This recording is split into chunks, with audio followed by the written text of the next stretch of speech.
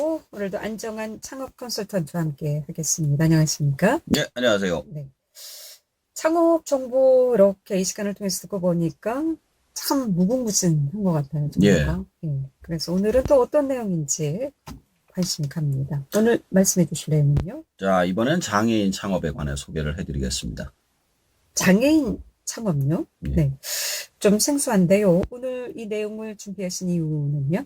제가 지난주 수요일 날 라디오에 물어보세요 출연을 했잖아요. 네. 제 딴에는 제가 준비를 다 해왔다고 생각을 했는데, 음, 장애인 창업에 관해서 질문을 주시는데, 제가 솔직히 장애인 창업에 대해서 공부를 한 적도 없고, 배워본 적도 없어가지고 당황을 많이 했었습니다.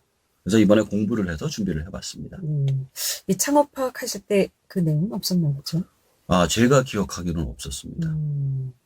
자, 그렇다면 장애인 창업, 좀 창의적인 내용이라고 볼 수가 있겠네요. 아, 그렇죠. 좀 네. 그쪽에서도 좀 흔치 않은 내용으로 볼 수 있죠. 예. 자, 그렇다면 이 장애인 창업은 어떤 방식으로 이루어질 수 있을까요? 우선 여러 가지가 있는데요. 그 중에 한 가지만 제가 골라왔습니다. 장애인 기업 종합 지원 센터라는 데가 있어요. 그곳에 들어가시면 장애인 창업에 관한 내용들이 나오는데요. 우선 사업 목적은 창업 의지가 있는 장애인 예비 창업자에게 창업 공간을 지원하여 경제적 자립 기틀을 마련한다고 합니다.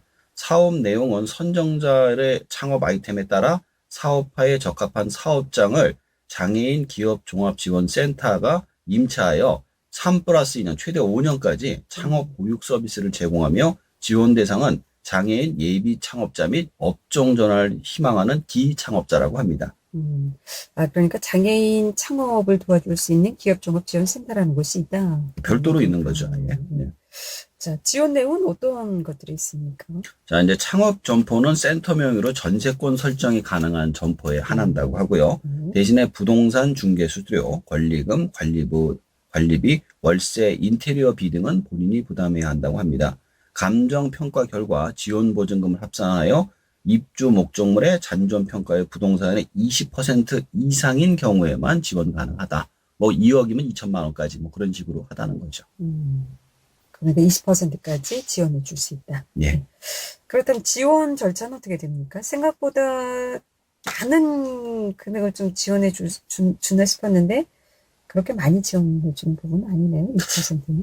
예, 그렇죠. 그렇긴 한데 이것도 그거에 따라 달라질 수 있고 금액 자체는 또 달라질 수가 있는 거니까요. 전체 규모가. 창업 지원 절차는 첫 번째로 창업 점포 신청 접수를 우편 접수를 상반기, 하반기에 2에 걸쳐 모집을 하고요. 예산 규모에 따라 추가 모집이 가능하다고 합니다.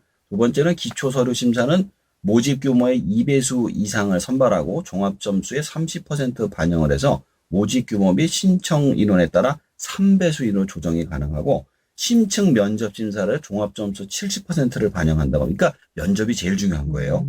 최종 합격자 발표를 홈페이지 및 합격자는 개별 통지하고요. 모집 규모의 20% 이내의 예비 후순위자를 발표합니다. 중간에 만약 떨어지시는 분이 있으면 더 이렇게 올 수가 있는 거고요. 점포 개별 컨설팅을 선정해주고 컨설턴트나 선정자 및 각 권역별 컨설턴트 배정을 하고 컨설턴트와 선정가가 점포 개발 컨설팅을 수행합니다. 제가 하는 일하고 같은 걸 하는 거예요. 가서 해주시고.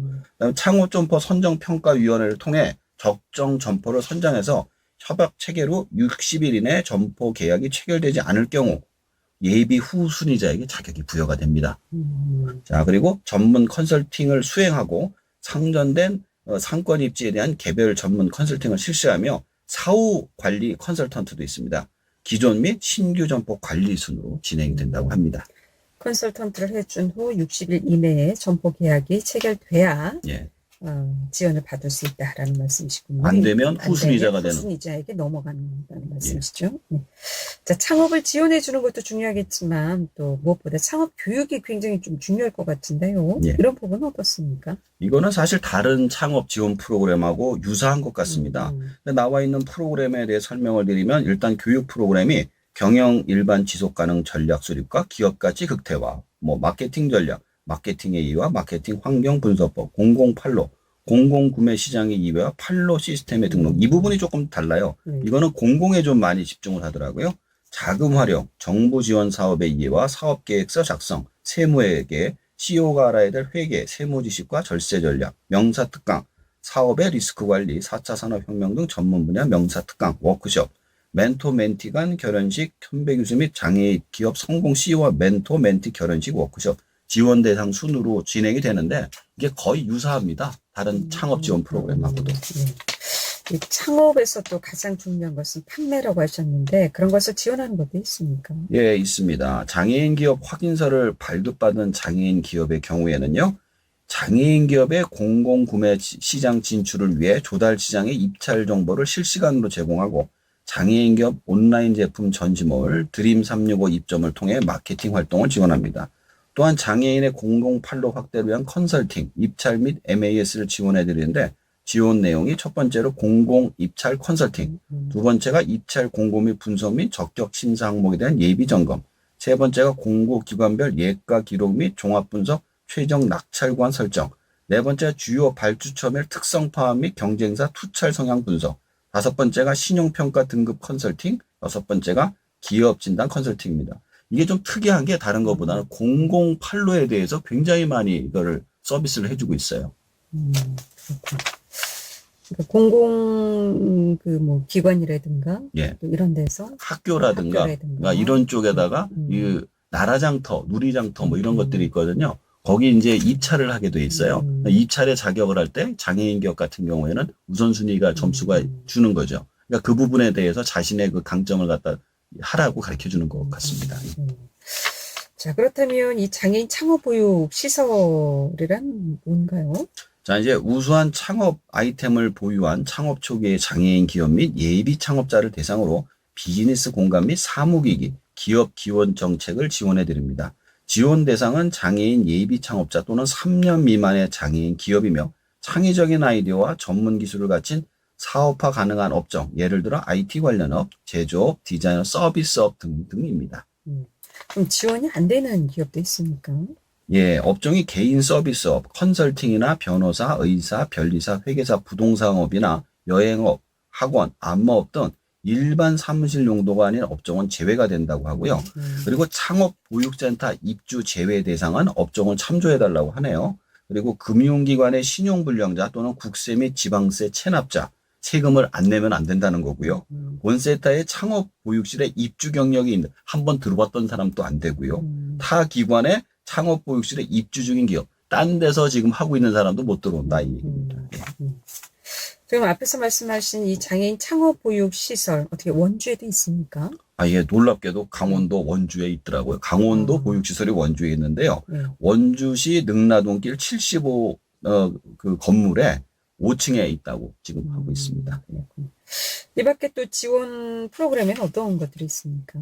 장애인 기업 공공구매 유공자 포상 및 우수 구매 사례 등 공유 등이 있고요.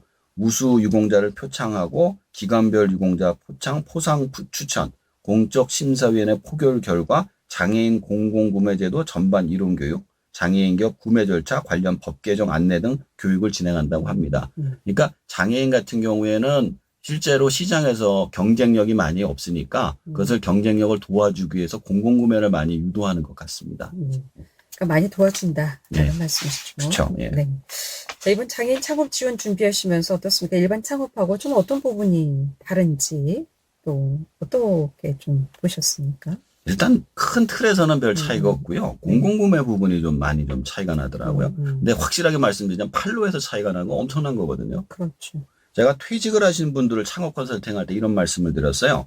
나이가 많이 드신 분들이 퇴직하시잖아요. 꼭 본인만 창업할 생각하지 말고 창업 지원을 종류별로 다 받아라. 아내분은 여성 창업, 아들분은 청년 창업 다 받을 수 있으니까 그중에서 제일 조건이 좋은 사람으로 창업을 하라라고 말씀을 드렸는데요. 그러니까 창업 자금은 다 받고. 그러니까 그 중에서 다 받는 게 아니라 교육을 받아 제일 좋은 조건의 그 사람을 대표로 앉혀서 나머지 사람들이 창업을 어차피 뭐 김밥집을 하든 뭐라든 간에 그 사람이 제일 좋은 조건이면 그 조건을 받으면 되니까요. 근데 장애인 창업을 보니까 그 조건들보다 훨씬 더 좋은 조건이에요. 그렇겠죠, 아무래도. 그래서 만약에 집에 장애인 분이 계신다면은 그분을 CEO로 앉혀가지고 이제 창업을 하는 것도 한 방법이 아닐까를 생각을 하게 되더라고요. 뭐 이제 공공판로 확대 다 지원해주는 부분이기 때문에 창업만 하시면 뭐 그렇지만은 않겠죠. 본인이 어느 정도 역량도 있어야 되는 것도 분명. 왜냐하면 그런 거를 또 원하시는 분들도 많기 때문에 그 중에 또 경쟁력이 있어야 되거든요. 그러니까 일반 사람이 하는 것보다 조금 더 이렇게 있다는 것 뿐이지 본인 역시도 물건을 판매하거나 능력에서는 충분히 갖춰야만 된다는 겁니다. 오늘 길어지는 창업 정보, 장애인 창업에 관해서 함께 알아봤습니다. 일반 창업보다는 지원 부분도 많고 좀 수월하다고 하니까 가족께서 한번 창업을 준비하신다면 좀 고려해 보셔도 좋은 아이디어이 아닌가 싶습니다. 잘 들었습니다. 고맙습니다. 안정환 창업 컨설턴트.